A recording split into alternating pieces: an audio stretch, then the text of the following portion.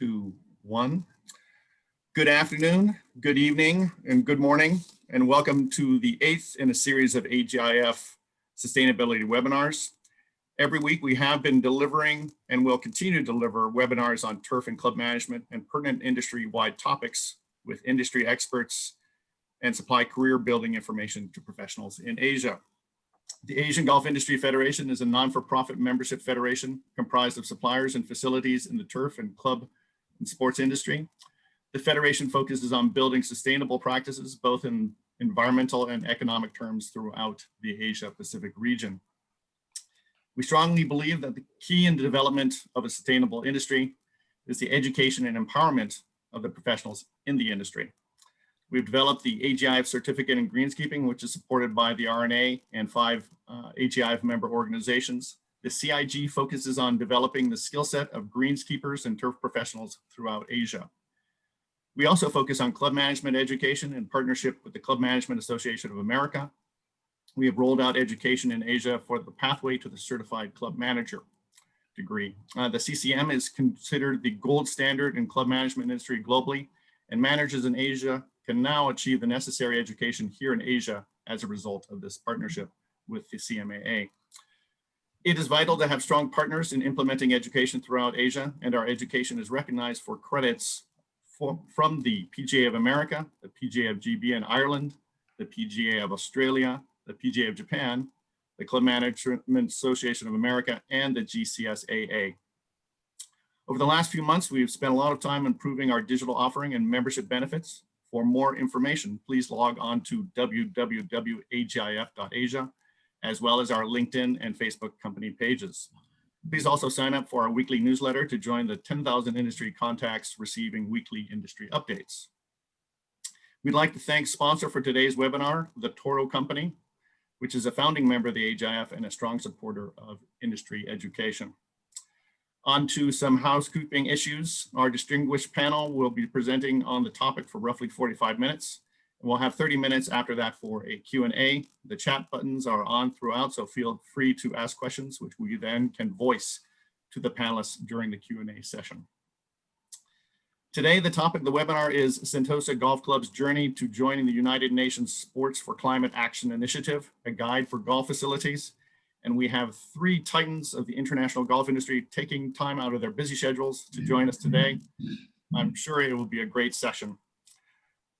I will now hand over to my colleague, Spencer Robinson, the Chief Communications Officer of the AGIF, to introduce our distinguished panelists for today's session. Spencer, over to you. Thank you, Eric, and a very warm welcome to all our attendees, wherever in the world you may be and whatever time of day it may be with you. It was on July the 31st, 2020, that Sentosa Golf Club in Singapore made history by becoming the world's first golf club to join the United Nations Sports for Climate Action Initiative. The UN initiative aims to support and guide sports organizations and their communities on a path to achieving the global climate goals set out by world leaders in the Paris Agreement. In joining the initiative, Sentosa Golf Club has added its name to an impressive list of sporting organizations that are part of the movement, including the New York Yankees, La Liga, Sky Sports, and the All England Lawn Tennis Club at Wimbledon. On today's webinar, we'll be taking a look at the details of the Sports for Climate Action Initiative and hearing about the journey taken by Sentosa Golf Club to reach this point. From Singapore to Scotland and Switzerland, we're delighted to have with us 3 prominent figures from the world of sport and sustainability. From Singapore, we have Andy Johnston. In an illustrious career spanning 33 years of golf course design, construction, and agronomy management, Andrew has been involved with more than 100 projects around the world. For the past decade, he's been an integral figure at the globally acclaimed Sentosa Golf Club as general manager and Director of Agronomy, overseeing all aspects of the day-to-day running at the Singapore establishment.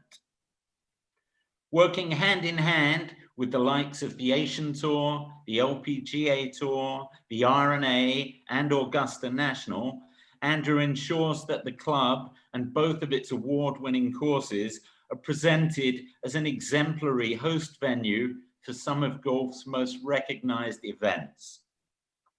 A board member of the Asian Golf Industry Federation, Andrew is also recognized as a pioneer in agronomic philosophies and practices with a thirst to drive sustainable solutions throughout maintenance practices.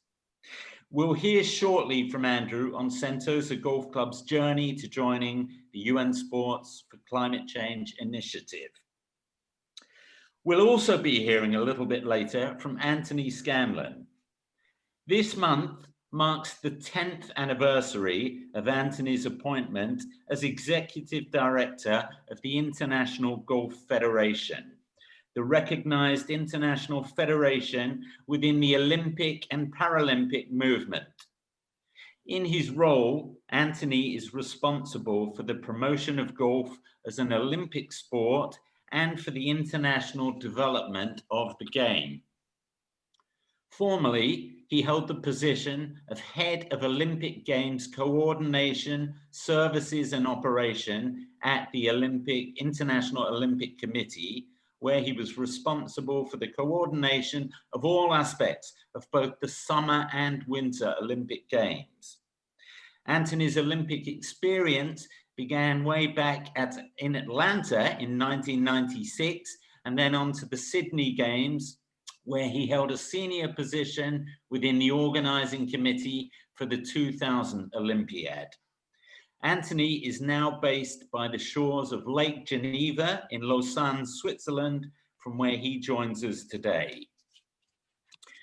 Finally, from his home in Scotland, the home of golf, we also welcome Jonathan Smith. Jonathan serves as Executive Director of GEO Foundation, the international not-for-profit dedicated to helping advance sustainability in and through golf. Specializing in this field for more than 20 years, Jonathan has developed considerable experience spanning grassroots advisory in golf development, management and tournaments, strategy and policy for international and national associations, messaging, communications and data, and external relations, including both government and NGO collaborations. He has also overseen the creation of widely accredited and endorsed sustainability programs for golf, helping position golf as a leader in sustainable sport, tourism, and land management. His passion lies in helping others to strengthen their businesses as they make commitments, take action, and gain credible recognition, while helping tackle some of the defining environmental and social issues of our time, including climate change. Jonathan will tee off today's webinar with a thought-provoking overview. Thank you, and over to you, Jonathan. Okay, thank you very much, Eric and Spencer, and it's a pleasure to be here. I'm just going to share my screen, and hopefully this will work, and we can kick off with a few quick slides. Eric, maybe you can tell me if this is lining up okay. All good, Jonathan. All good, great. Whew. That's a relief. Okay, well, yeah, good morning from Scotland, and I thought just a few slides to set the scene for the Sport and Climate Initiative and what we're about to dive into, and a bit of background about where that Sport and Climate Initiative has come from. And as Spencer rightly points out, the Sport and Climate Initiative, along with most current initiatives around climate, whether they're in sport or business or government or out in society, really have their roots back in 2015, 2016, at the Paris Agreement, where the governments of the world and a number of others came to a consensus on the need for society, for humans to reduce our direct and indirect impacts on climate, and in particular to reduce our human-generated emissions to help retain a temperature that was well below 2 degrees Celsius, and if not, striving for 1.5 degrees Celsius increase from pre-industrial levels. So this was actually a bit of a watershed after years of efforts to get people, to get governments to focus on some common targets and common goals. And 195 signatories to date, and each of those signatories, each of those national governments required to then set nationally determined contributions, which actually is relevant to golf and relevant to what we're going to be talking about. 2015 was also, a milestone for another sustainability discussion that was taking place, very relevant, which was the launch of the 2030 Sustainable Development Goals by the United Nations Environment Programme and others. And you'll see that Goal 13 has a specific focus on climate action, but typically with climate, it's a cross-cutting theme, so it also appears in most of the other 17 goals presented by the UN and now agreed by 193 national signatories. Recently, as we look to 2021, the UN have updated their campaign around the UN SDGs, calling it the Decade of Action. So you'll hear probably more about this concept of 2020 to 2030 becoming this decade of action, not just around climate, but around other important environmental and social issues such as biodiversity loss, such as supply chains, how we produce and consume materials, and all of those things that are highlighted here. So, really quite a lot happening, 4 or 5 years ago, which is really setting the scene for what we're seeing now. First of all, more national governments around the world starting to set ever more ambitious national targets around emissions. This term net zero that is widely used. And this is really, in the process, almost every government is setting emissions targets, but some are now really pushing the boundaries in this sort of net zero context. It's also been recognized widely by the leading economists of the world. So not far from where Antony is sitting at the Davos summit, the World Economic Forum looked at the significant strategic risks to the economy and society. And what's interesting about this graph is that over the last 10 or 15 years, it's almost flipped from the things that are in the top right used to be in the bottom left. And what that means is that the significant risks that are likely to affect society and the economy the most are now in the top right-hand corner, and almost all of them are environmentally driven.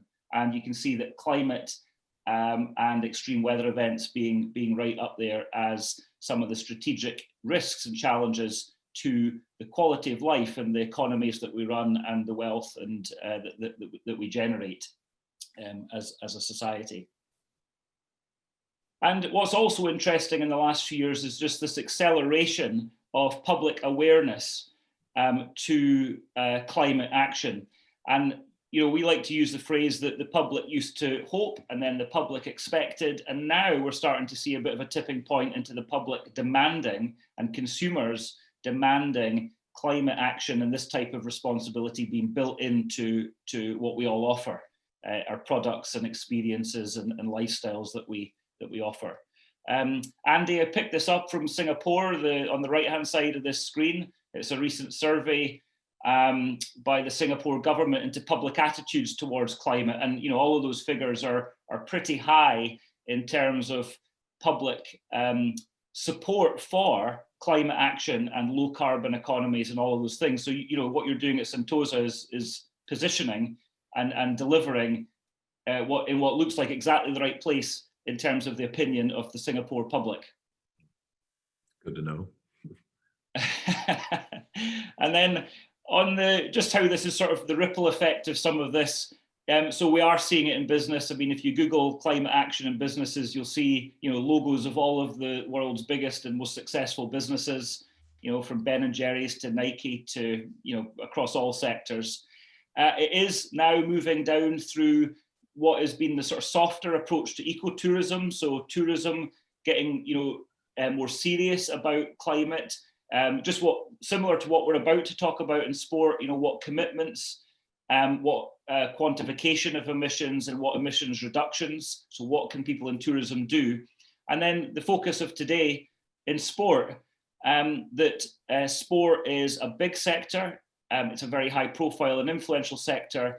So through the work of the United Nations, the Sport for Climate Action Initiative was kicked off, which Antony and Andy are going to talk a lot about. So finally, for golf, just to bring this right down to where the sort of rubber hits the road for everybody here, we've known and we started to see, and there's more evidence of the direct impacts of climate change on golf, and they're not particularly good in most parts of the world, from flooding to drought to heat waves, extreme heat events, to increase of pests and diseases, all of those things. But I think it's also worth bearing in mind that it's not just the direct impact of climate on golf, it's also the indirect impact. And perhaps most notably, it's how you're perceived. And it's whether you're perceived to be up for this challenge, and it's whether you're perceived as a sector and a business to be participating and being part of the solution rather than part of the problem. And I think we're all aware that golf has had a bit of an image issue there. So, how can we turn that round and, make sure that golf is supported for its role in climate action, not regulated, restricted, and as we're seeing in some parts of the world, even replaced with land uses that some people think are more productive than golf. So there's an image and communications aspect to this. And then just to round up, finally, I guess there's a couple of two sides of the coin for golf in terms of practical work in climate change. On the one hand, there's the improving efficiencies and reducing CO2 emissions. What are the things that you can do in that area, and how can they benefit your business? And on the other side of the coin, there's the landscape, which of course can store and sequester carbon. And Andy's going to talk a little bit about both of those things. But again, back to golf, how could you store more carbon on your golf course and enhance the golfing landscape at the same time, are the sorts of things that GEO, certainly from our point of view, we're very keen to explore some of those win-wins. I'll sign off now with just to say we are at a bit of a point of impact. We're part of a high-profile sport, 34,000 facilities. We've got tremendous reach into communities, businesses, and the chance to inspire the next generation. And the win-win is that local action in your facilities can actually be very, very good for your businesses, operationally, and in terms of marketing and reputation, and in terms of new partnerships in your local area. So I'd encourage us to be, aware of the challenges, but also to be positive that this is something that is well worth embracing from a business perspective. And that's my intro. Fantastic. Many thanks, Jonathan, for setting the scene so well for us. We'll be back to you later on for more of your insights, I know. We'd now like to turn to Antony in Switzerland. As we said at the start, the IGF is responsible for the promotion of golf as an Olympic sport and the international development of the game, and I know has been very heavily involved with the UN Sports for Climate Action Initiative. Antony, over to you. Yeah, thanks very much, Spencer, and thanks also to Eric as well for your kind invitation to present to everybody here. And Jonathan, thanks actually for setting up the scene very well with your introduction there about the whole initiative. Firstly, what I thought I'd talk about is where does the IGF fit into all of this, and where does it fit into golf effectively? For some of you, it's popped up out of the blue. What is our role? Spencer mentioned part of that role, but I think want to give you some context is that where we fit in, especially where we fit into the environment, the sustainable practices and this initiative of the UN. and then finally just give some overview as to what this initiative is all about, and what the responsibilities are that the IGF has taken on board, as well as the Sentosa Golf Club and others moving forward in this initiative. If I go back to when we were founded, the IGF, we're effectively, I think, a Cold War relic. We started in 1958 as part of the what was called then the World Golf Council, and it was a collective of all the amateur golf bodies around the world that effectively wanted to compete against the American team. And President Eisenhower at the time invited, I think, 60 plus national federations or amateur bodies to come to the White House, and out of that was born what's now known as the World Amateur Teams Championship, and the men's event being the Eisenhower Trophy, which started from that.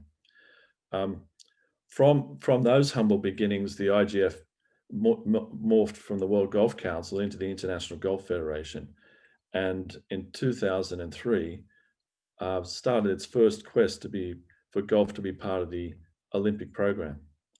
And at that time, and still pretty much to this day, the International Olympic Committee turned to golf at that stage. The bid to be part of the Olympic program was being led primarily by the US Golf Association and the R&A. I turned to both bodies and said, well, one of you is a golf club, another one of you is a national federation. Who is it that can speak on behalf of golf within the Olympic movement and represent golf if it becomes part of the Olympic program?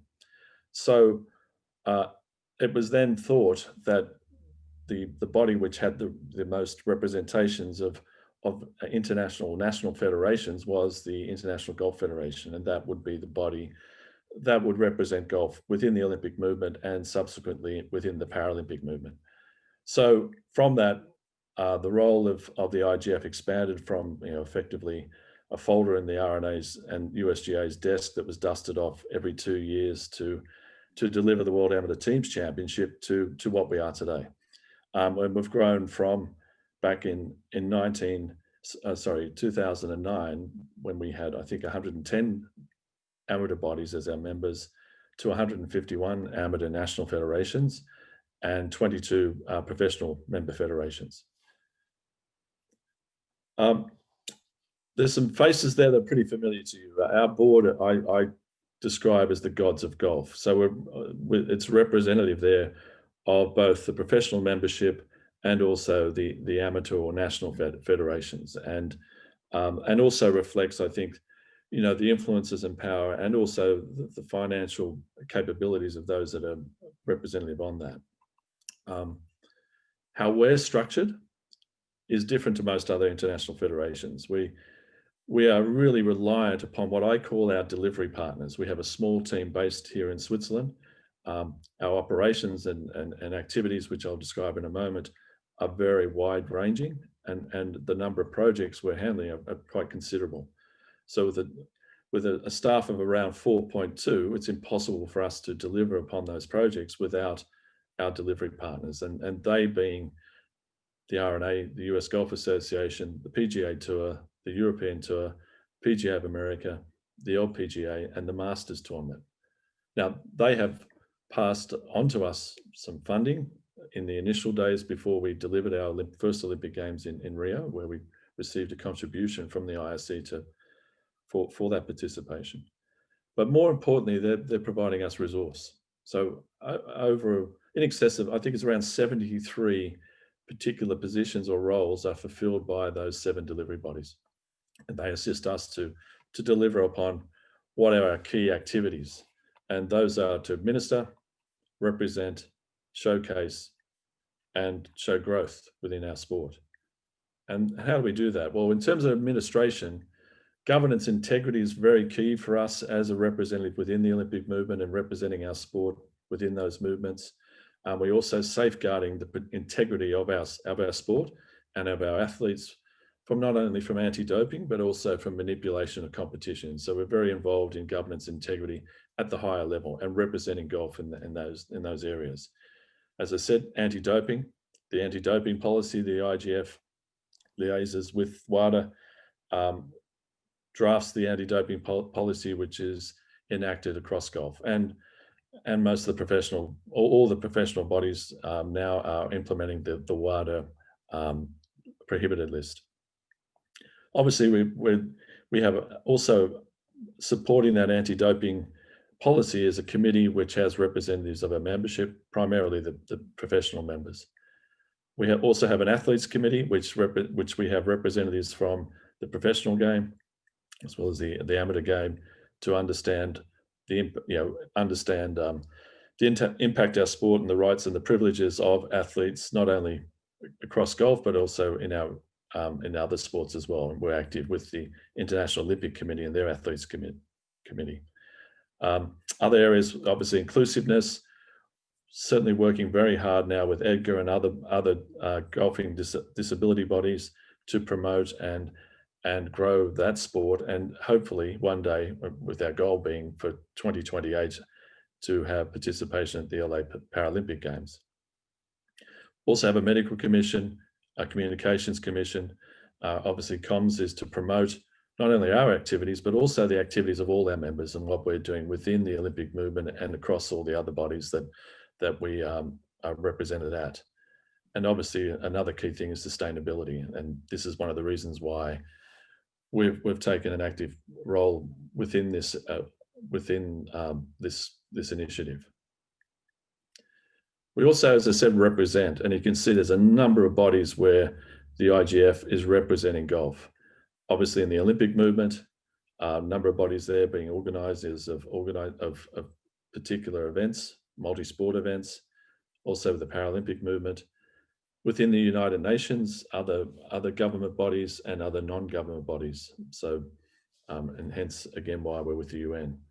And also within some global public-private entities such as Interpol, International Testing Authority, World Anti-Doping Authority, and the Court of Arbitration of Sport.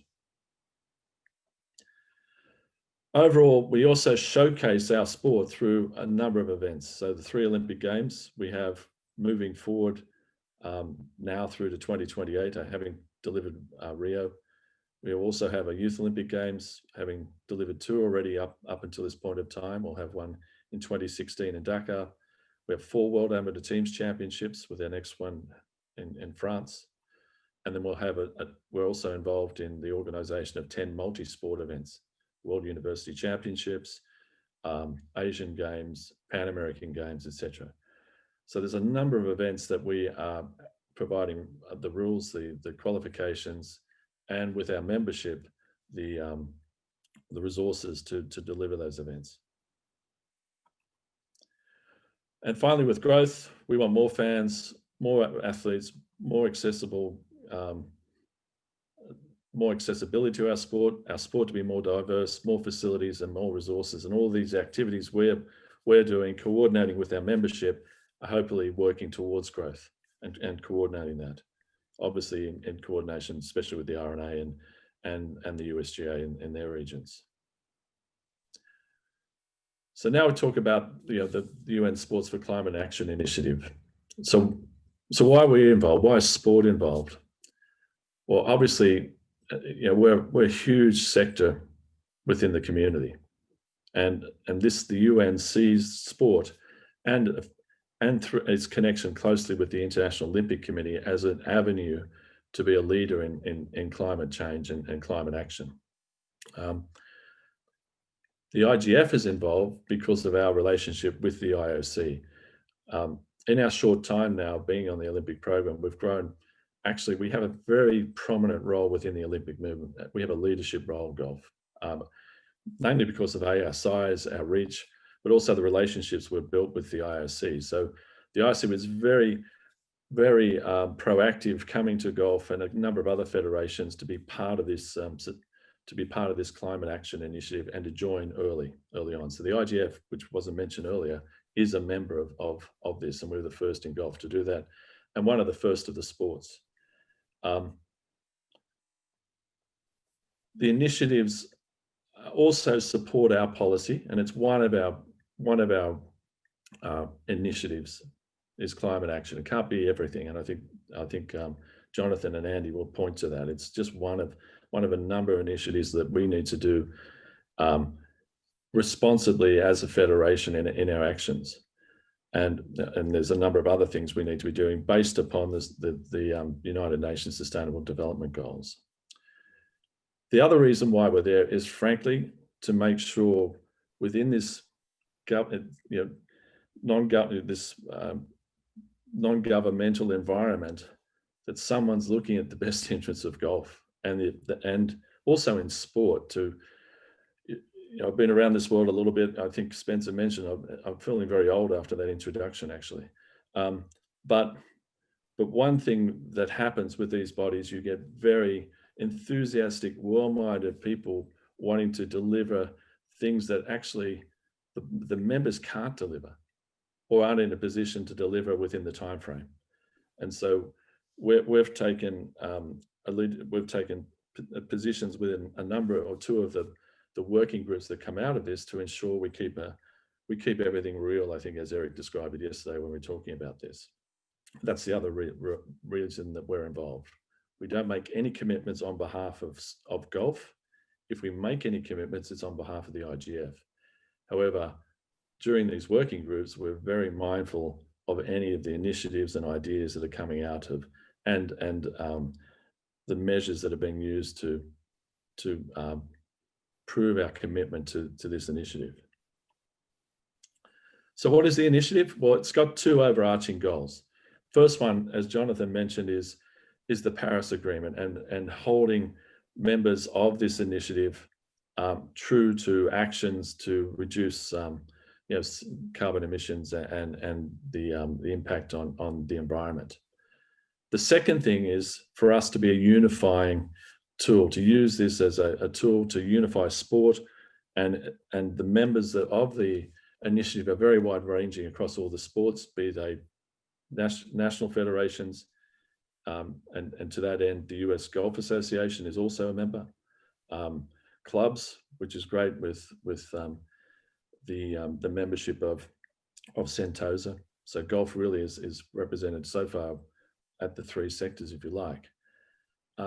And then other key players, Sky Sport, other key players within the sporting world, but all of us collectively working in the same direction on this initiative, which is key. And from that, imposing changes, not imposing, but giving leadership roles for the communities out there to make changes to their day-to-day lives. For us to be a member, and any other member, we have to adhere to 5 principles. And we have to also annually give proof that we are committed to those 5 principles. So we're answerable to that. It's not just signing a piece of paper and saying, great, isn't this good? Putting out a press release and just sitting back. And I'll talk to you about one of the initiatives we're doing with the IRC to show action. The first principle is to undertake systematic efforts to promote greater environmental responsibility. So that goes into our policies, our day-to-day activities. And I think that's simple for all of us to be doing that. And most of us doing it now. Also have to reduce our overall climate impact. And we've taken actions in terms of our CO2 emissions and other things, and measuring our reduction on this and having to prove that. We're educating for climate action. So here we are. We're educating, trying to assist you. And that's part of our role within our membership to communicate, to convert the brethren to the faith, really. Promoting sustainable, responsible consumption, obviously, again, in our actions, in our policies, etc., for our events as well. And to advocate climate change and action through communication, again, through this, through our website, through whatever actions we can. And not just the IGF, we're also, as Jonathan knows, promoting our membership, be that national federations, tournaments, etc., golf clubs now, promoting their actions through our websites or through our interactions within the UN and our other communities that we represent golf within. So how do we deliver this? As I said, there are how do they deliver this? I mean, they have working groups now which are working out the initiative. It's a lot of these UN initiatives they have a great idea. The next thing is, how is it going to be delivered? So this was a great idea, and now we're working out how this is going to be delivered. And as I said, there are 4 working groups that are working out this framework. Part of that is, and we're involved in 2 of those working groups. The second principle of reducing overall climate impact, and the 4th principle of promoting sustainable and responsible consumption. So we're actively involved in those groups, but at the same time, we're receiving the minutes and all the other and updates on the activities that come out of the 2 other working groups, so we can keep an eye on these things and ensure that the projects and the initiatives are well-meaning as well as not, and resource light instead of resource intensive. And that leads us to one of our initiatives that we're working with the Olympic movement on, and it's come out of our membership of the Sports for Climate Action framework, and that is with the IOC, and for us to look very particularly on our carbon emissions and understand our carbon footprint. So we last year, as part of this program, we've analysed all our carbon footprint within our staff, our travel, obviously looking forward to our events, the Olympic Games, other events, World Amateur Teams Championships, etc. Looking at that footprint and how we can reduce that. And as I said, we're recording that, providing feedback and proof to the committee on this. And at the same time, we've been able to benefit financially from, well, not directly, but indirectly, Dow, one of the IOC sponsors, is paying our carbon footprint into a program that all of sport is now involved on, and can provide information later on that. So overall, that's I think gives you a bit of a summary as to where we fit in, a little bit about who we are, and I think a little bit more information about what the initiative is and what it entails for yourself to be a member. And I think now I go over to Andy, and he can tell you how he got to developing their application to be a member. So thank you for that. Fantastic, Antony. Many thanks for that comprehensive presentation. A lot of interesting points there. And if I can just remind all attendees, please do submit your questions on the banner at the foot of the screen there, either to Jonathan, to Antony, or Andy, or all of them, and they'll be happy to answer any of your questions. We know that sustainability and sustainable solutions through maintenance practices is something that have been very close to the heart of Andy Johnston in his years, not just at Sentosa, but before that.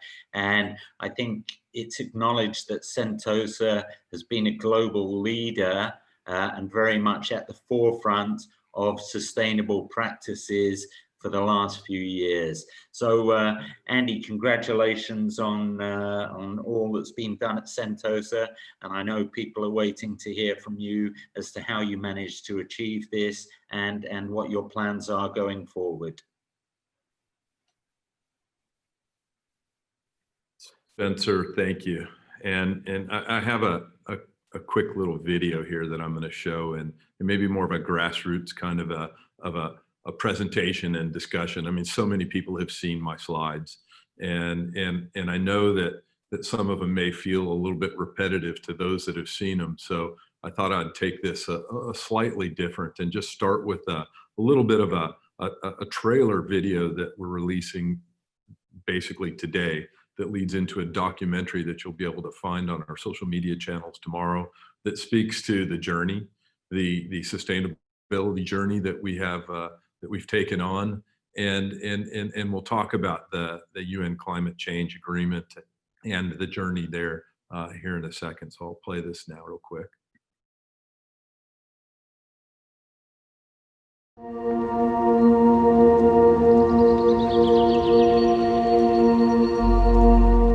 Sentosa is an extraordinary place. Something of this nature in a city such as Singapore could only be extraordinary. We found ourselves at the beginning of a new journey, which is a product of many years' work and a leadership philosophy.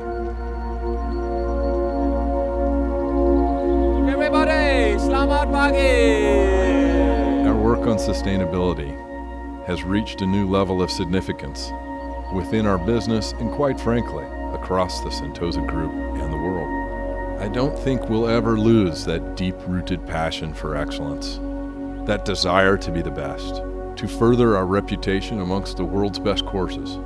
But our considerations have shifted more than ever with the regards of climate change. The cliff's edge is in plain view, and unless we take more action as an industry, the damage will become irreversible. As things stand, major changes are required to prevent a 2 degrees rise in global average temperatures.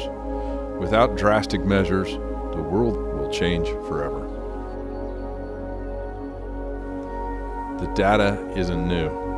The alarming levels with which reports signal material damage to the planet has injected a greater sense of urgency. We have to make a collective change if we are going to survive. That's just the facts. Well, we have a remarkable sustainability program. We are driving for more innovative practices that can mitigate carbon impacts. How can we champion carbon neutrality, and what will it take? Our view is that we have a responsibility. We have been blessed with the commitment of our owners and stakeholders to accelerate our outlook, to share more clearly on how Sentosa Golf Club is approaching its modern ways of working blends, our dedication to leadership, and our desire to elevate the knowledge sharing as well as understanding in and throughout the sport. Our view is that we can come together as a global golf community and share insights on how the smallest measures can have a lasting benefit. Our mission has been to embrace a mindset that demarks the fact that the time is now. We need to change habits and increase awareness. The good news is measures already exist, and champions are already in pursuit of material changes to agronomic and operational practice that can help reverse the tide and address the major issues we are facing. We just need to find a stronger voice.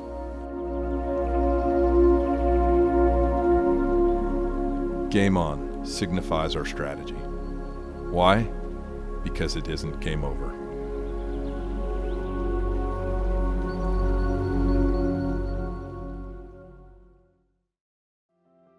The sustainability journey that we've had has been an exciting one. The amazing thing is our sustainability initiative, which was started by Andy Johnston, our GM, has been embraced by the staff and by members.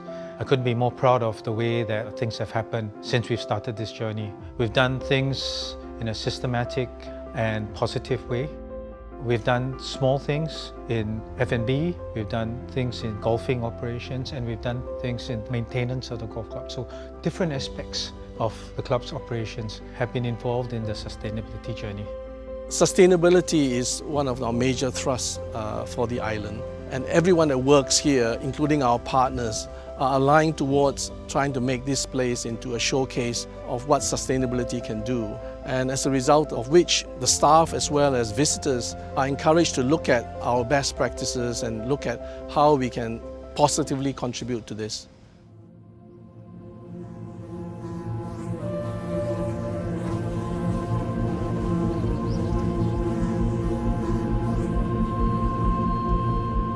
There's a lot of discussion around the world about the decline in bee population. I've heard figures of bee populations down up as much as 75% worldwide. I've also heard people say it could be the beginning of the end of the world. It may not be the end of food, but there wouldn't be anything to repollinate our plant material, which is such an important part of our diet. Very true. Yeah. I'm here with John Chong from Be Amazed, and we're at the pyramid at Sentosa Golf Club. This is the location that we chose to start our bee colonies, our first bee colonies. And so we have many parts of our property that we can't use for golf. Yes. That are perfect for colonizing bees. We have 4 bee colonies over here that are very healthy and hope to grow into 5 colonies soon. Kind of ambitious of us, but we hope a year from now maybe we have as many as 40 colonies. First, you have to have the desire to want to do something for the planet. It's easy for all of us, but if you have that desire and that calling, we all have so many spaces that we can't use. We need experts. We're not experts in bees, so we need experts to partner with. And as long as we have great partners, all of us could do something like this.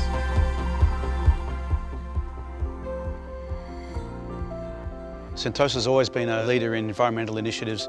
You look at what they've done to reduce single-use plastics. They've introduced bee colonies on the golf courses, and the Keep It Green campaign, which they introduced at the 2018 Singapore Open to educate spectators, players and viewers on what they're doing on the environmental front. Climate change is a real threat. We see rising sea levels, intense rains, increased droughts. These are a real threat to the golf industry that we need to take note of in the future.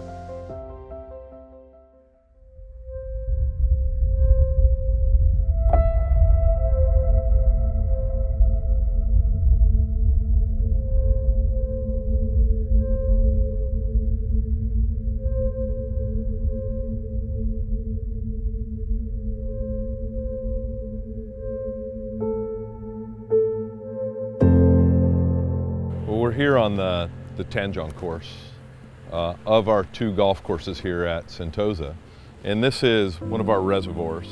All the lake systems on the Tanjong course are interconnected. We're the drainage basin for this part of the island. So when it rains, we collect all the rainwater in these reservoirs, and then we reuse that water for our irrigation water. We then took it one step further. We engineered a single head control irrigation system. And the single head control irrigation system gives us maximum control over how we irrigate. For instance, you can see the golf course isn't flat. There are high spots and low spots. So the high spots dry down faster. And we can give the high spots when they need to be irrigated, 7 minutes, and the low spots maybe 2 minutes, 30 seconds. The software's so intelligent now we can run it to the nearest second rather than the nearest minute. So re-engineering the irrigation system to go to single head control, it could be a game changer for some facilities.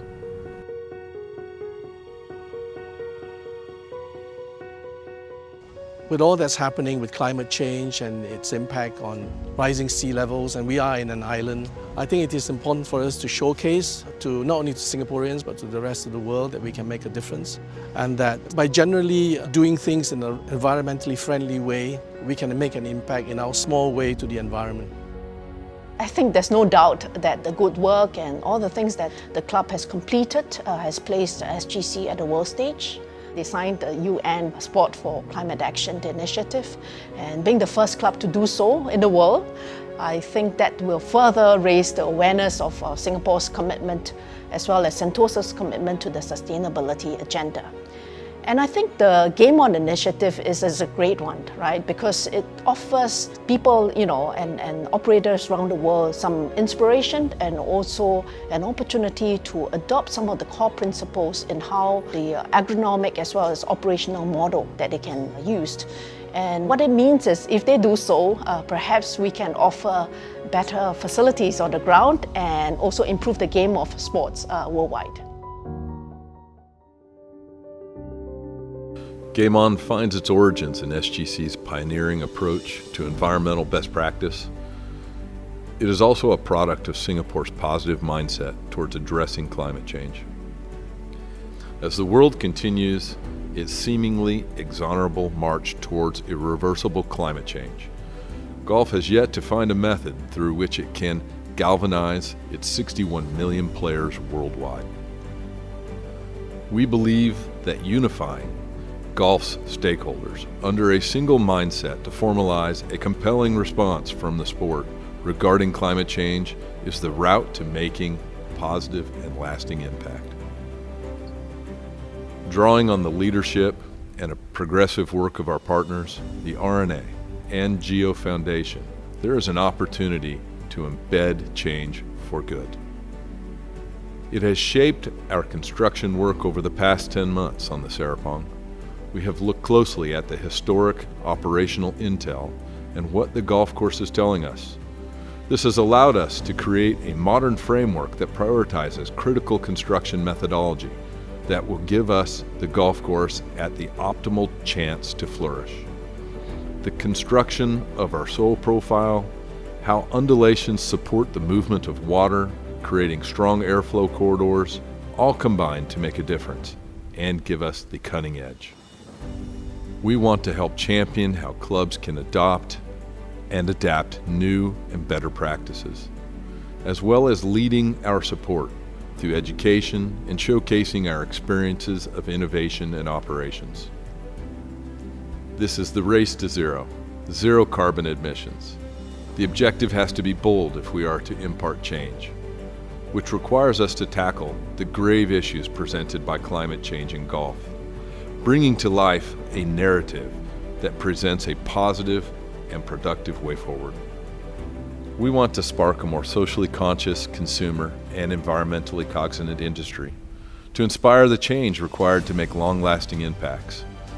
We want to equip ourselves and others to champion modern practice to the betterment of the golf's game and sustainability without forgoing quality. This is our effort, our pledge to support a more united industry, helping direct collective energy towards the establishment of a new culture capable of affecting change. This is more than just social responsibility mission. This is the commitment to safeguarding not just our futures, but our children's futures and our children's children. Why has this become such a central issue for us? Because it matters. It couldn't matter more, and the time has to be now.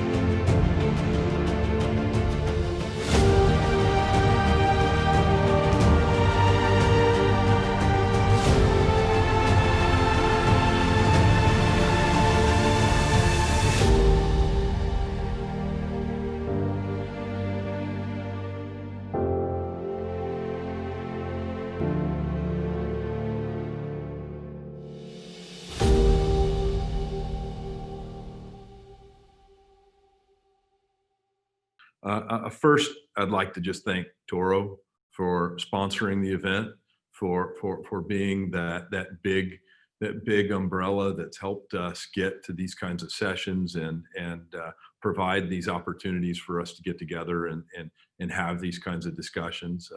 Without you guys helping provide some of the vehicles to fund some of these things, it'd be very difficult for us to get together collectively and share and put some of these agendas together.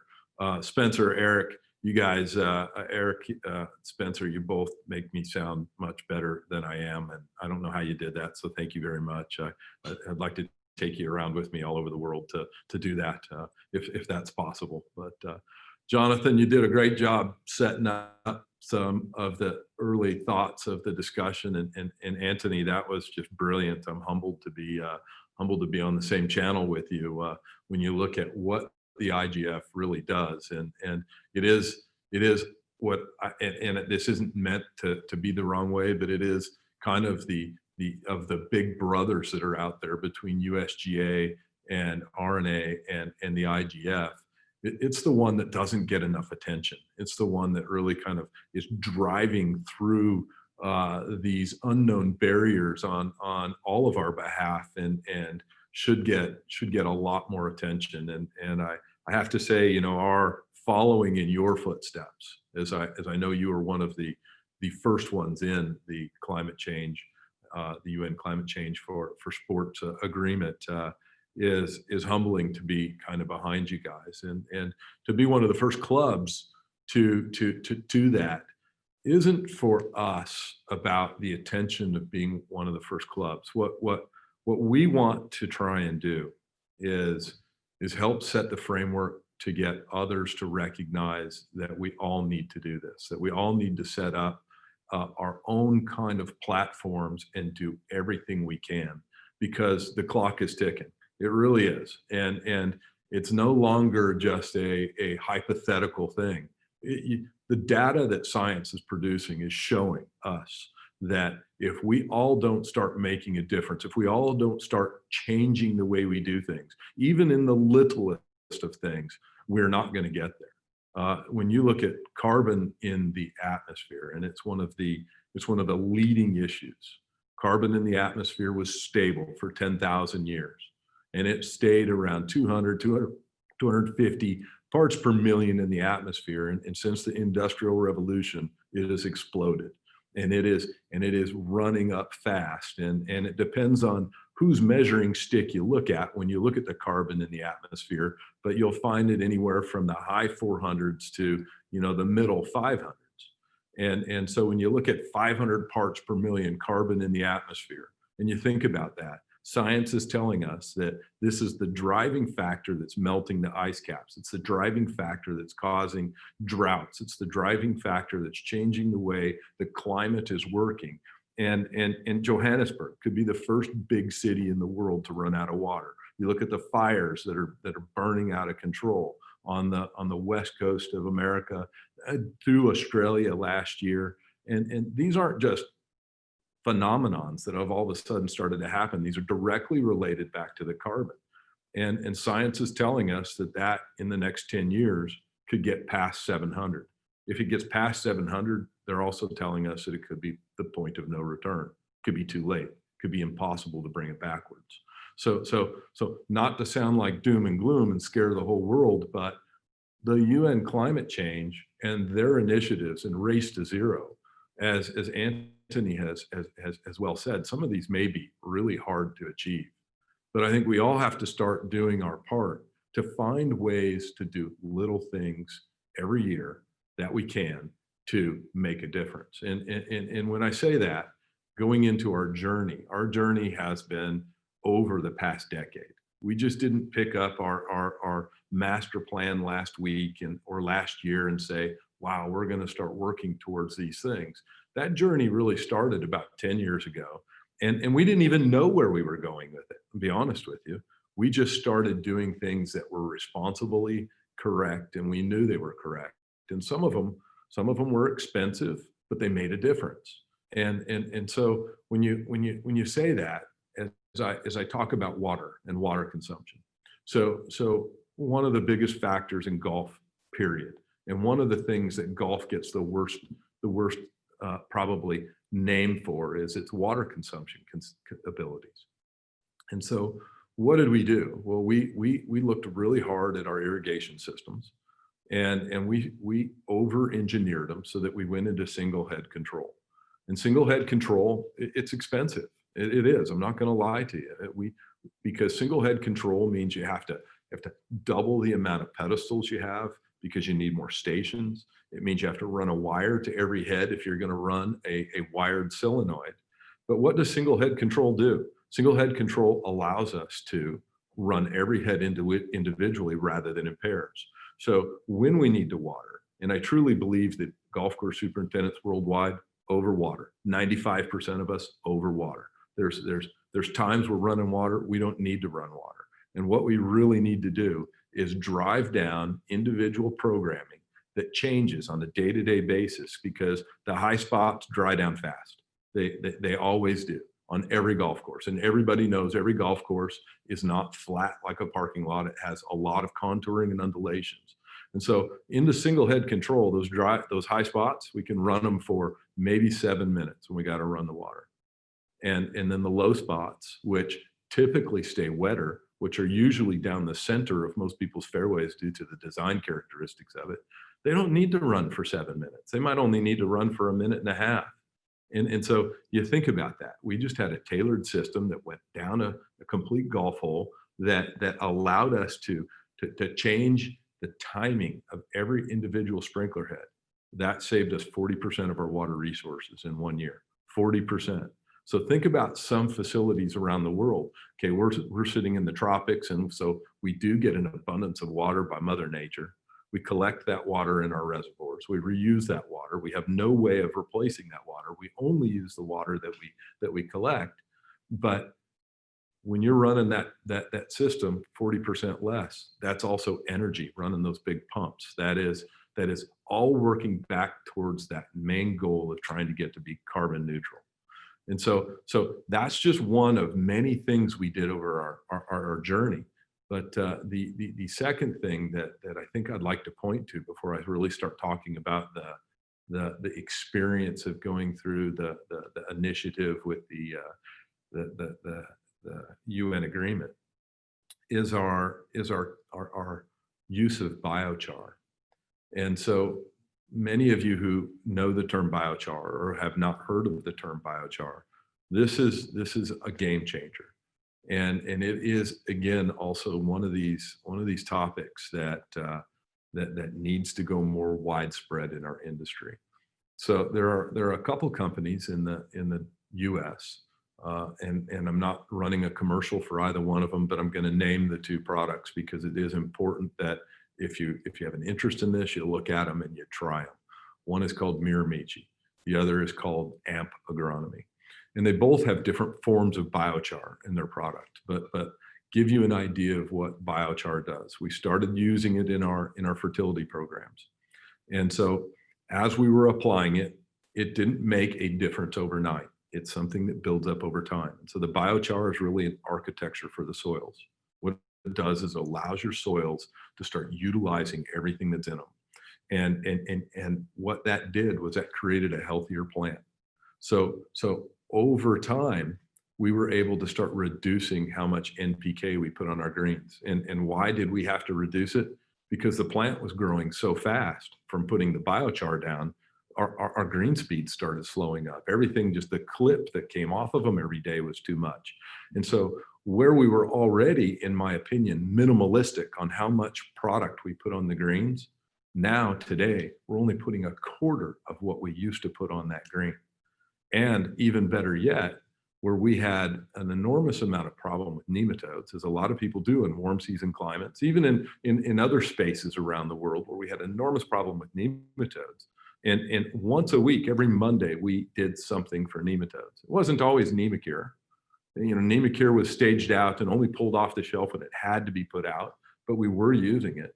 But we would do other kinds of products to kind of discourage egg laying and see if we could change the life cycles, whatever, because nematodes were always giving us a hard time and running nematode assays once a month.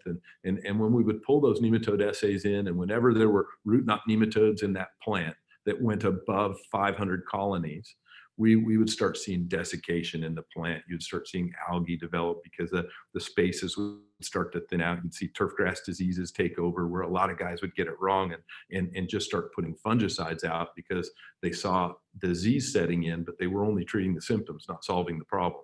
The problem was the nematode. And so this was a very thorough nematode program we had.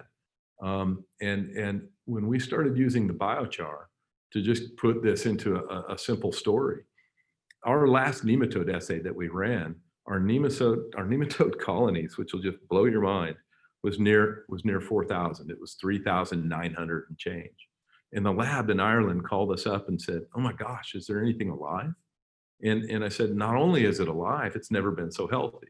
So what happened? It was the biochar. So the biochar made the plant so healthy that with reduced fertility, it could live in harmony with the nematode. We no longer had to use the Nemacure. We no longer had to stick with that nematode program that we had. And we only made 3 applications, where in the previous 5 years, we made an application every week, 52 times a week. So imagine that. Imagine when you start using biochar across your facility, wall to wall, could reduce your inputs by up to 50%. How much better would you get at carbon sequestration? How much better would we get as a global community in golf at carbon sequestration? And our goal here is to pull carbon out of the atmosphere, put less inputs in, and find ways to share that with each other so that we can all improve. Because big urban cities need green spaces. They need spaces like us and you, so that you can provide that benefit, and that we can change that perception that golf is a big consumer of all the wrong things that seems to be out there in the minds of people that aren't golfers. And so just a couple of stories that to share with you, as carbon sequestration is one of the key items in moving forward. And so when you look at Antony's, and he really clearly laid out the landscape of what the UN climate change agreement is. And I sat in the first meeting a couple of weeks ago, Antony, and I was a little overwhelmed. I quite didn't know what to think or what to say or how to participate when you were listening to the sustainability officer of the New York Yankees and the other people in there putting their inputs in, and how to even participate in that annual meeting. But yeah, a little bit lost to see how we're going to be able to fit in and do our part. But to his point, it has five commitments in it, and our goal is to every year to get better, to take little baby steps, to share that information with others, to encourage other people to take on how serious this is, and see if we can help continue to reduce those inputs and become better at carbon sequestration, and pass these stories on in these journeys. I mean, we have now, when you look at our total portfolio, when we've removed plastics from the club, plastic water bottles, investing in the biodigesters that we're investing in this year with the help of the RNA to convert all of our food waste and our horticultural waste and put it back out into the golf course. I mean, we're really starting to embark on a very robust plan. But as I said, this has taken baby steps over 10 years to get to this point. And what we want to do is get everybody to start thinking along these lines. But it was quite interesting, because I'll just be honest with you about how this started. I was speaking in Brisbane. It was almost 2 years ago now, and it seemed like most conferences that I go to, and Jonathan's also invited to, they always group us together. He's before me or I'm after him, and so on. And so I spoke, and then he spoke, and after we spoke, he kind of walked me down the hallway and asked me, why don't I join? Why don't we join? Why don't we? And it actually kind of caught me off guard. I wasn't really sure what that meant, and it just sounded big. And could we achieve something along these lines? And so over that 2-year journey, with Jonathan's help, we've taken these steps to get there, and measuring our carbon footprint. We've just finished a very high level version of it. And so we've got a rough idea what that means. And we have a rough idea of how we run our facility today. And what we're doing is defining that deeper with Jonathan and GEO. So with GEO's carbon footprint calculations, we'll even be able to hopefully reduce it more, because the high level one we have at the moment is quite large. And it doesn't take carbon sequestration of the grass and the trees and everything into account in the one that we're looking at the moment, but it still gives us a measuring stick. And come to find out, as Jonathan's pointed out to me, nobody's actually done that in a tropical environment. Come up with the calculation for how you measure the carbon sequestration in grasses and trees in a tropical has been done in some cool season places around the world and some other environments. So we hope to work closely with GEO to figure out what that calculation is, so we can pass it on to others, and that others can figure that out as well. But the goal here is to next look at, okay, how do we get to that carbon neutral? And it's quite easy. because with the calculation we have, we can charge every golfer that comes through the door $1 extra and we can buy a rec, and that gets us to carbon neutral. But that's not the end goal. That's just the quick way out at the moment, but it still invests back in clean energy. Over the next 2-3 years, we want to figure out how to reduce that further to the point where we're actually running a super efficient facility and can get to that, as they called it in the UN meeting, that race to zero. And it's something that I think everybody really needs to take serious. And I know we're going to run out of time for questions, so I won't ramble on too far into my grassroots kind of talk, but those are just a few of the things that come to mind as we get going here. That's fabulous. Andy, thank you. Your passion shone through as ever, and we hope that a lot of the people who are paying attention will take some action. And I think on that point, Jonathan, maybe I can just come back to you. We do have a number of general managers around the world who are attending this and who will watch this on YouTube later. I guess what messages are there for them if they had aspirations that they would like to follow what Andy and Sentosa Golf Club have done, and what other ways can they help to become more sustainable, I guess? Yeah, thanks, Spencer. I think Andy actually highlighted, throughout his examples there and some of the journey he's been on, I think 4 key things that, clubs can do. So Andy highlighted about reducing emissions. And I think a lot of that actually is just the sort of philosophy that Andy's taking into his decision-making at Sentosa. And, a lot of people equate sustainability with innovation. And I think that's what Andy's showing. So, how can we do something a bit better that is better for us in our business, but also has this knock-on environmental and climate benefit? So emissions reduction is a lot about just innovation and innovative thinking. And Andy's also pointed to a few hot spots of CO2 emissions that typically do arise from golf facilities, such as where does your power come from, how much are you irrigating, because the pump house is a big emitter. Food waste is a big producer of methane, which is a very potent greenhouse gas. So Andy's, he's ticking off a lot of the big emission centres within Sentosa, and I think all clubs can do that. The second thing is look at how can we store more carbon. And a lot of that is the sort of naturalization agenda that has been talked about a lot and actually delivered more and more within golf. So, every, half an acre of ground that you can take out of turf and turn into, something that doesn't require so much input and actually store a bit more is a contributor. And then quantifying. So again, okay, let's get a bit more specific about what we are emitting and what we are storing. So, we've been developing tools at GEO, as well as guidance for sequestration and emissions reduction. We've also been developing custom-built carbon calculators for golf over the last 4 years. And they're built into the on-course program that clubs can join and subscribe to. So all of that guidance plus those calculations are built in. As Andy says, we've still got work to do on the sequestration side in different parts of the world, because the carbon sequestration factors are different from Sentosa to North Berwick here in Scotland. So, there's a bit of localized science also required there. And then offsetting, it's not the answer, but it is, increasingly it's recognized that if you do it well, it's part of the mix of things that you can do right now. But I think the emphasis there on being careful and doing it well, because there are lots of different ways to offset, and it's important that they are accredited projects and that the methodology is the right one.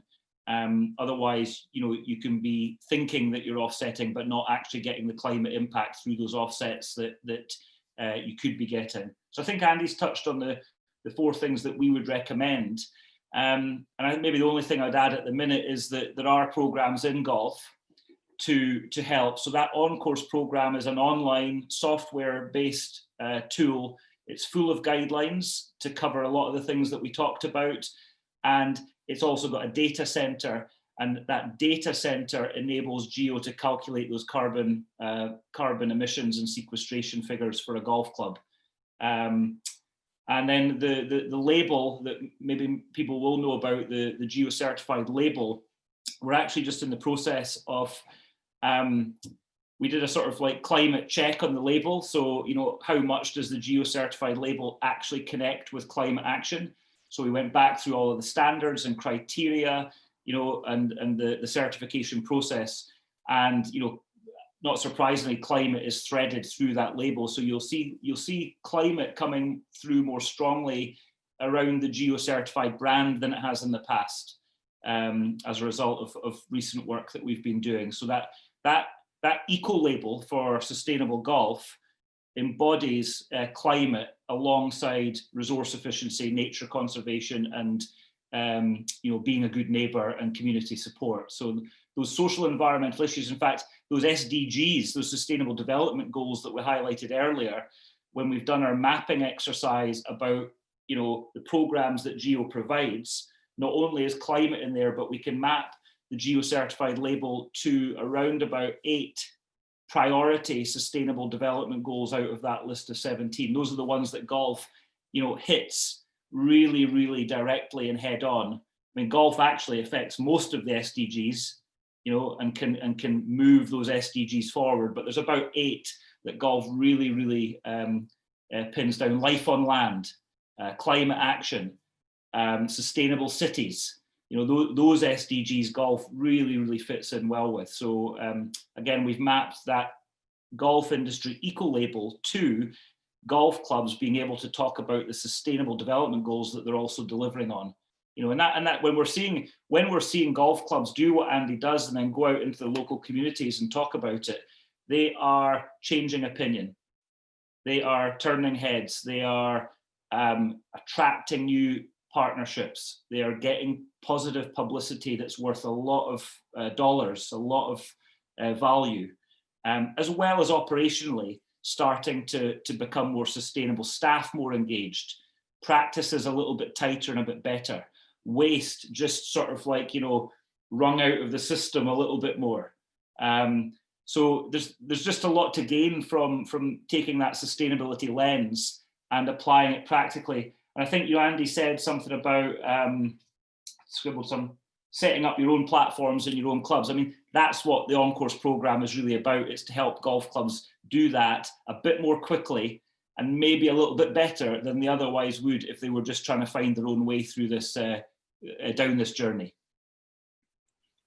That's great, Jonathan. And I guess any listeners or attendees can follow up by looking at the GEO website and contacting you directly via that if they have further questions.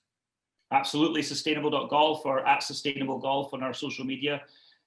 You'll see a lot of highlights and examples. We've got around about 700 sustainability highlights now coming out of the On-Course system from over 70 countries. There's a suite of new Sentosa highlights in there as well, but they cover all shapes and sizes of golf facility around the world, and they are biodiversity, resource efficiency, community interaction, climate action. It's the full sort of spectrum. And the reason we're doing that is to share knowledge, to share more examples, so that, you know, general managers and other superintendents can use that as a resource to be inspired and guided by their peers.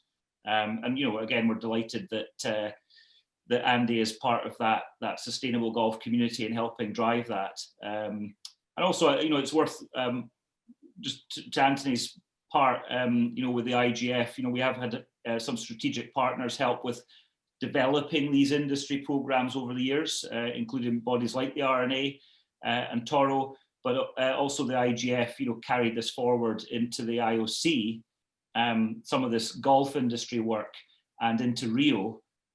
So, you know, again, you know, the IGF have been part of not just looking outwards into beyond golf into sport, but also thinking about what are the solutions that golf needs, because golf is different from stadia. Golf, the sustainability challenge that golf has are quite different to the New York Yankees. So it's great to be part of that community, but sometimes when you take it down to the next level, the solutions are a bit different. Yeah. Fabulous. We have about 10, 15 minutes left. So if you do have any questions, please don't hesitate. Send them in to us now, and we will be happy to ask. I'd like to come back to Antony briefly. Before COVID rudely interrupted, we were all eagerly anticipating the Tokyo Olympics this year, and I know you've been hugely involved in that on the golfing side. I know now we're looking at bringing that back for next year. There must be huge challenges, Antony, associated with that. Maybe you can just tell us about that, and particularly in regards maybe to sustainability as well. Yeah, thanks, Spencer. Yeah, interesting times for all of us, I suppose. We've all a number of impacts on events and other things, and certainly when the IOC finally made the decision to postpone the games in March this year, it certainly threw the cat amongst the pigeons, let's say, seeing Spencer with a cat just now. But yeah, obviously there's the logistical issues as to, you know, at that time, I know at a number of the venues, they were starting to construct the overlay or the grandstands and some of the temporary infrastructure. And so the decision being made of whether that stays there or not, that some of these venues or they bring them down. For us specifically, it was firstly trying to understand where we fit into the program, and that being the golfing calendar. So there was a lot of indecision as to where, when the IOC said they were going to postpone the games, what was the timing of the re-holding of these games, and that there was a little bit of a hiatus then as to what that would be. And then if you look at the board, obviously where does the Olympic Games fit amongst very cramped program with majors, etc., both for the men and the women. So fortunately, we were able to influence that it was going to be at the same, exactly the same timing next year as it would have been this year. And then outside the logistical issues and deliverables of that, and you know, the timing of the event, it's now very much understanding how does COVID impact the games, and how does that impact how these games are going to be delivered and the participants of these games. Frankly, from a sustainability point of view, very hard to measure at this point in time. We're still trying to grapple as to what the next plan is. You know, effectively, you're running 4 scenarios. The first scenario being that this year's 2020 games are going to be delivered as is, which likelihood of that? Next to none, I think. The second scenario is, well, it's 2 and 3 sort of together of games go ahead, the impact of spectators, and if we look at the size of the spectators, the numbers, if there is no spectators, obviously that has an impact sustainability wise in terms of infrastructure and a number of other things that we were planning to deliver that now don't need to be delivered. But at the same time, there may be spectators, and roughly you could be looking at a scenario of 20% to 30% of those spectators being there. And then the fourth scenario being there are no games.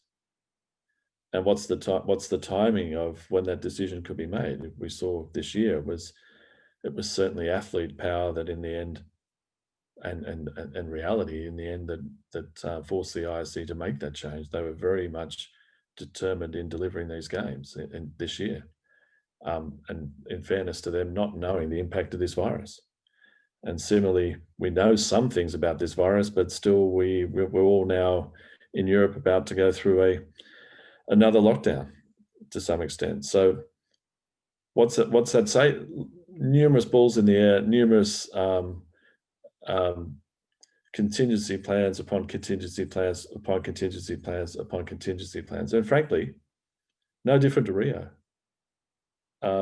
Rio was a challenging journey, and most of you probably would have followed in the media the construction of that golf course and the challenges around that. And one of the great things we did there was to impose the GEO guidelines to have that course certified as a GEO certified course, and the learnings that everybody got from that.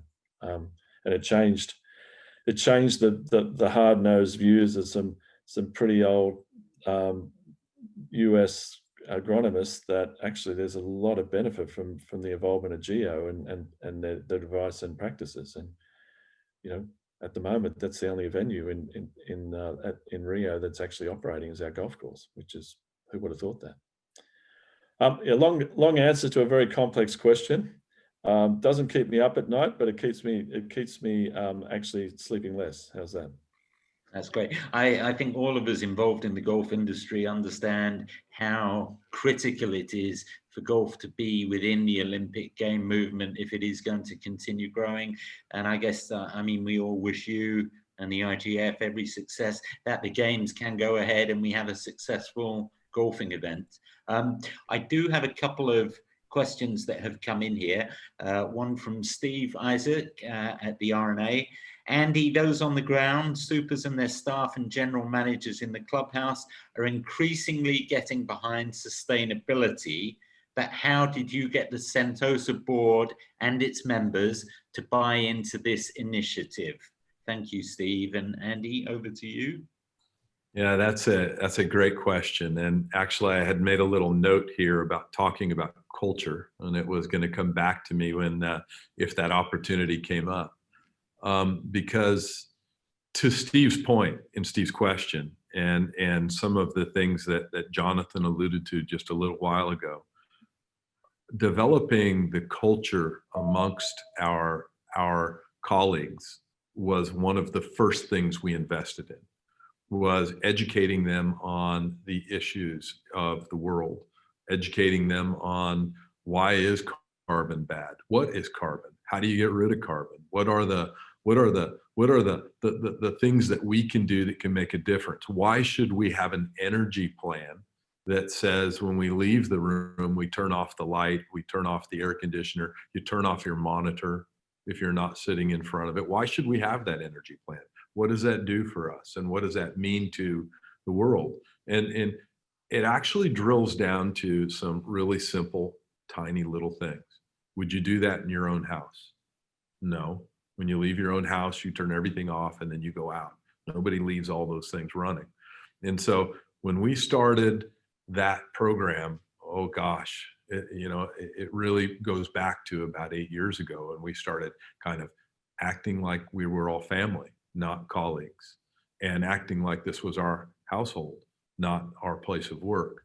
Did we start developing a culture that we became proud of, that we became connected to, that we became so worried about that it became easier to get our membership to see our interactions were developing that way. It became easier to get the corporate office to accept why we were so concerned with it.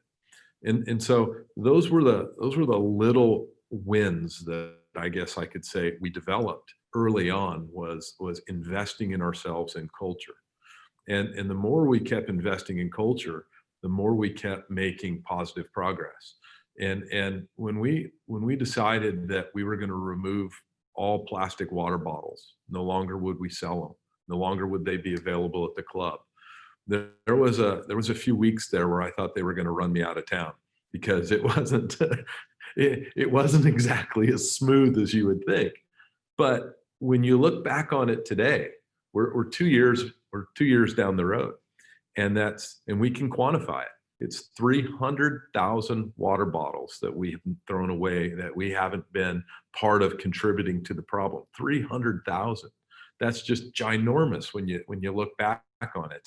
And so when we started quantifying what difference it made, and we started educating our patrons, our membership, and of course our colleagues at corporate and our board members, it didn't take long for them to realize that this was an important issue. And only has it helped develop the strength in our program, but our corporate office has now employed a sustainable a an officer for sustainability.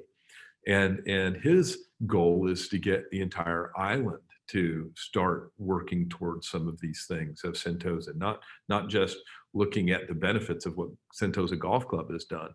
And so his role, Lester's role, is really strong, and he's starting to lay out the framework for the whole island so that we can all live towards an agenda that we call One Sentosa, and that we can partner with each other. We're not competitors. The hotel across the street is not my competitor. If we're both working towards sustainability, it's the best thing that we could do for both of our children. It's the best thing we could do for our community and our city. And if we can find ways to support each other, it only grows from there. So we have this great leadership in our board and in our chairman that not only sees the benefit in what we're doing, but they're championing trying to grow it. And so that alone is what I think is one of the biggest wins of this whole journey. Inspiring stuff. Thank you, Andy. Great to hear you talk about the recycling of the plastic bottles, which brings me to a lovely comment we've had from Anit, who's written in from India, saying, Andy, you talked about the recycling plastic bottles, which actually had a great idea. And we have a golf course where they've started using these bottles by filling them with used wrappers of chips and cookies and making them eco bricks, from which they make benches and small temporary sheds on the course itself. A lot of the NGOs in India have started talking about these eco bricks and teaching these recycling practices to kids, which I think is a lovely note to end this great webinar on. On behalf of Eric and the Asian Golf Industry Federation, I would really like to thank all the people who have attended today. I'd particularly like to thank all three of our wonderful panelists and speakers, Andy, Jonathan, Antony, really appreciated. For those of you who do want to re-look at this, please tune in on YouTube. This will be available on there. And please do check in onto the AGIF website, where we will have all the updates on our future webinars that will coming up every Thursday. We're doing these now. Some fascinating topics, fascinating speakers coming in. So we very much look forward to welcoming all of you back for those. In the meantime, thank you. Have a fabulous rest of the day, wherever in the world you are. And we look forward to seeing you all soon. Thank you and bye-bye. Thank you, Spencer. Thank you.